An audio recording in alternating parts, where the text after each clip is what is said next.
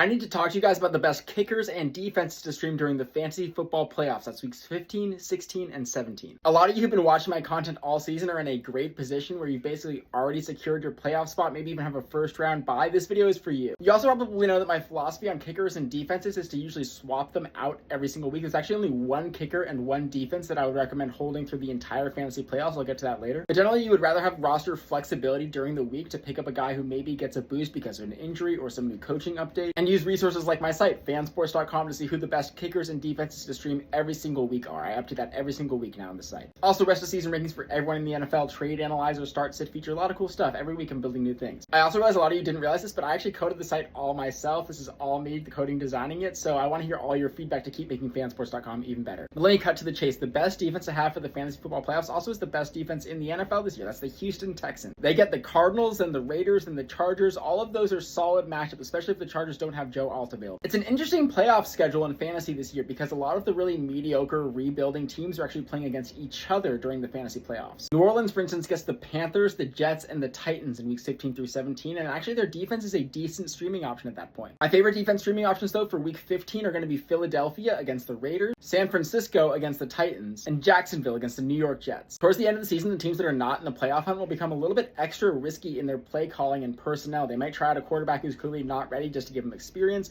A lot of interesting things can happen. 20 plus years playing fantasy football, 36% of all my leagues I've won. I've seen a lot of interesting things. Week 16, the main defense I'm looking at is the Kansas City Chiefs, who got the Titans. No reason to talk beyond week 16 at this point, because even if you have the extra roster space and are going to hold on to a defense at that point, it's not worth anyone besides Kansas City. As we look at the kickers, yeah, you should not drop Brandon Aubrey. He has a pretty solid playoff schedule as well. Vikings, Chargers, Commanders, all plus matchups. If you want a kicker just for week 15, I would go for Cam Little. He gets the Jets week 15. That's the friendliest defense for opposing kickers. Then I have four other guys that I like overall. Their playoff schedule, you can just grab them right now, ride them out, and then you'll have a good thing going week 15, 16, 17. Kaimi Fairbairn is where I want to start. Again, Houston has a nice playoff schedule. Cardinals, Raiders, Chargers. I also like Chase McLaughlin against the Falcons, Panthers, and Dolphins. Younghoe Koo, who's now the kicker on the Giants, gets the Commanders, the Vikings, and the Raiders. And finally, I like Will Reichard, the kickers for the Vikings. Dallas, New York Giants, Detroit. This kicker defense stuff is just the tip of the iceberg, though. I want to make more videos. Let me know if you're interested in hearing which quarterbacks I would stream or which combination of quarterbacks I would stream. Let's assume that you don't have a top 4 quarterback. I think we'll definitely see some league winners who use some combination of Jacoby Brissett and Marcus Mariota types this year. And I can also just talk about positional players who have plus matchups for the playoffs or ones that you should avoid based on playoff schedules for those of you who are planning to that point. Again, my goal with all this is to help hundreds, if not thousands of you win your fantasy football leagues this year. That's why I'm making all these videos. That's the whole point of fansports.com, which I hope you guys check out. Thank you for spending a few valuable minutes of your day with me here. Stay learning. I'll see you in the next one. Peace.